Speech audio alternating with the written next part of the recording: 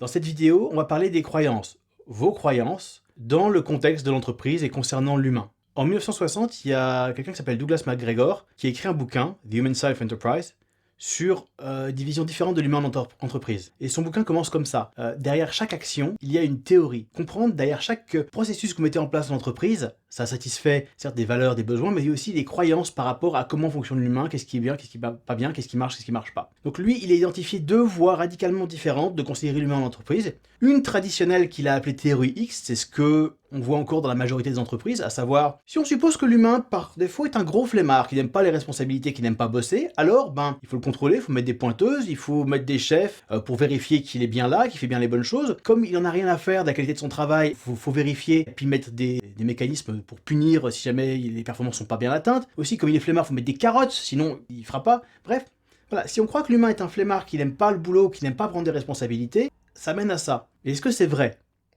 Ce qui est bizarre, c'est que ces mêmes personnes qui, dans le contexte du boulot, n'auraient peut-être pas envie de prendre des responsabilités, tout ça, on les retrouve dans l'associatif à côté et faire des trucs volontairement. C'est bizarre quand même.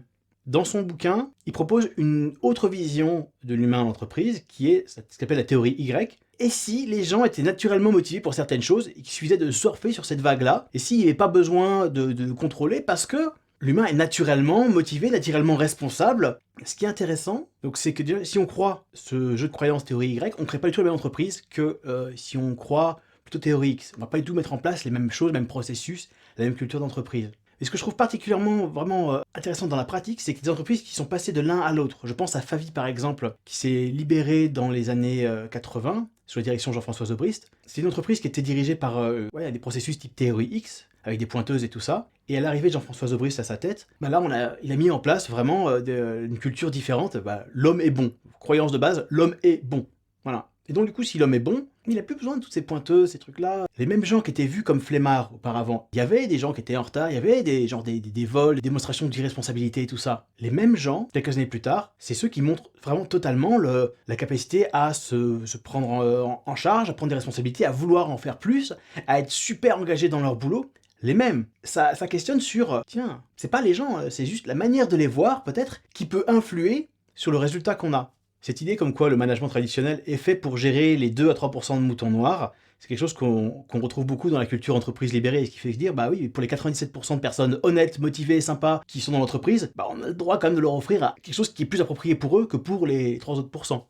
Ce qui est très intéressant par rapport aux croyances liées à l'humain, c'est que ce qu'on croit va affecter le système. Si je crois que quelqu'un est sympa, alors je vais lui parler gentiment. Si je crois que c'est un gros con, je vais pas avoir cette ouverture par rapport à lui, et donc il va pas réagir pareil. En fait, voilà. Mes croyances qui sont un choix, un positionnement, quelque chose qui n'est pas forcément réel, ou en tout cas basé sur 100% de la réalité, vont impacter le système. Et c'est là que c'est super intéressant. Autant, voilà, si je crois que le jour dure 23 heures, la durée du jour va pas vraiment bouger, autant si je crois que l'homme est bon ou que mon chef est quelqu'un d'absolument génial, ça va faire changer mes comportements et il se peut que le système complet aille dans cette direction-là. Ça modifie les interactions. Et c'est là vraiment où c'est crucial. Ce en quoi vous croyez va naturellement transparaître dans vos actions et naturellement affecter les systèmes autour de vous. C'est crucial, c'est fondamental. En tout cas, moi j'ai un positionnement qui est très fort vers la théorie Y. Je ne crois pas en la théorie X, je crois vraiment que l'humain est bon, motivé, en standard, et toute cette série de vidéos est basée là-dessus, sur ces idées-là. J'ai envie de vous proposer, en plus donc de cette théorie Y, d'autres croyances que moi je trouve sympas et utiles pour travailler avec l'humain, en particulier dans mon métier de coach, mais peut-être pour vous aussi en entreprise. Alors la première d'entre elles, ce que j'aime bien, c'est de dire que chaque action, chaque comportement qu'on a est motivé par quelque chose. Un besoin, une valeur, enfin on y reviendra sur ces termes-là dans une vidéo ultérieure. En tout cas, derrière chaque action, il y a une intention, il y a quelque chose. Et ça, c'est vraiment intéressant parce que ça nous permet de comprendre l'humain.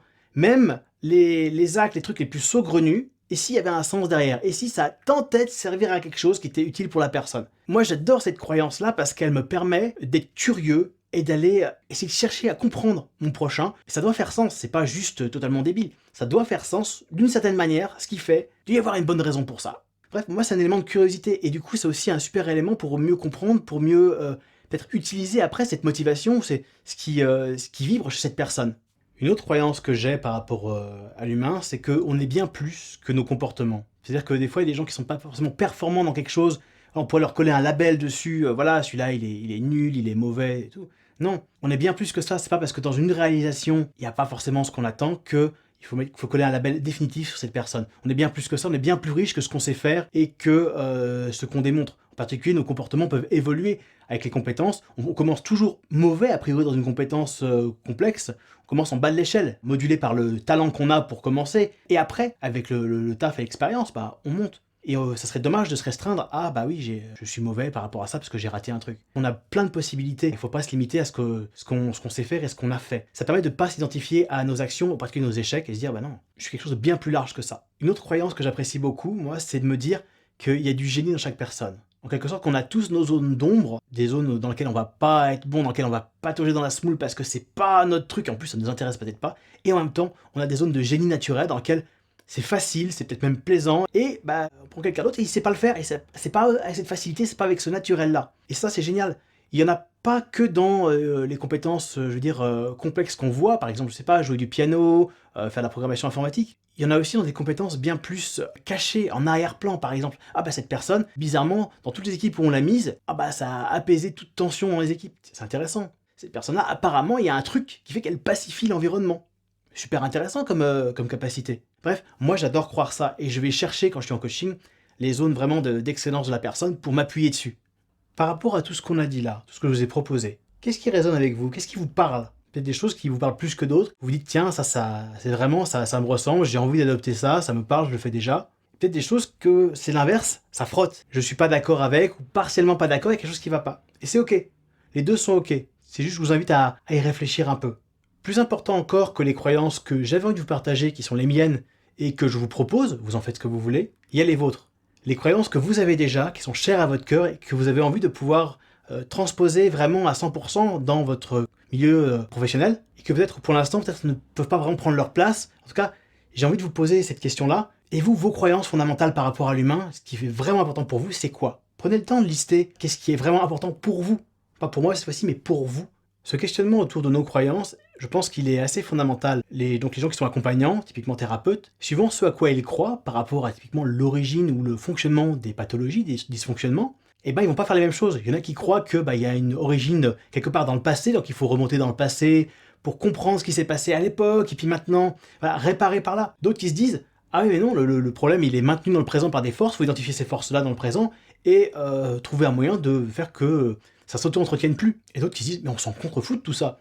L'important, c'est où est-ce qu'on veut aller, et on y va, point. Et le pire, c'est que tout marche. Tout est intéressant et tout fonctionne. Donc, on n'est pas dans une quête de vérité. Comment fonctionne l'humain pour sûr? Est-ce que pour réparer un humain en thérapie, il faut faire ça? Non. On est sur une quête d'utilité. Qu'est-ce qui marche? Qu'est-ce qui permet d'accompagner mon client et que ça fonctionne, ça donne des résultats? Et c'est sur ce point-là que je voulais vraiment attirer votre attention pour finir cette vidéo. C'est que nos croyances, elles ont vocation à être utiles, pas à être vraies. C'est la science qui cherche à avoir des faits, enfin des croyances qui sont vérifiées par des faits. Pour nous, une croyance, ça a surtout vocation à être utile, à fonctionner, à donner des résultats qui nous vont. On est d'accord que la Terre, elle est ronde. Pourtant, quand vous prenez un plan, genre un plan de Paris, il est plat le plan de Paris. Donc il est faux, il y a des erreurs dessus. Et en plus, c'est vachement zoomé. Mais c'est ce qui est utile pour prendre le métro ou pour aller d'une rue à l'autre. On vous filerait le globe terrestre, voilà, ça servirait à rien pour prendre le métro à Paris. Pourtant, les deux sont plus ou moins vrais, pas pareil. Voilà, mais il y en a un qui est plus utile pour prendre le métro. Et ben c'est ça. Dans nos croyances, ce qui est important, c'est pas qu'elles soient vraies. Et ça, va être super intéressant par rapport aux différences d'opinion et pour la négociation, on y reviendra. C'est pas la vérité qu'on cherche, c'est l'utilité. Est-ce que ça marche? Est-ce que ça m'amène les résultats que je veux? Est-ce qu'en pratique, ça fonctionne? Et oui, et estimer que la Terre est plate, au moins sur une petite distance, bah ça marche, même si, sur le fond, elle ne l'est pas. De la même manière, moi je crois qu'estimer que l'homme est bon, même si il y a 2-3 moutons noirs de temps en temps, qui sous certaines conditions vont faire des trucs pas cool, pour moi ça marche.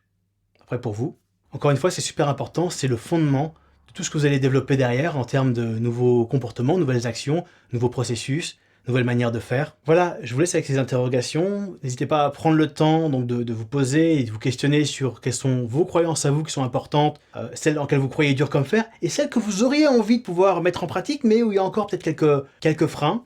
Voilà, toutes ces belles choses que vous allez pouvoir après transposer et vraiment mettre en action dans le contexte professionnel et peut-être même ailleurs aussi.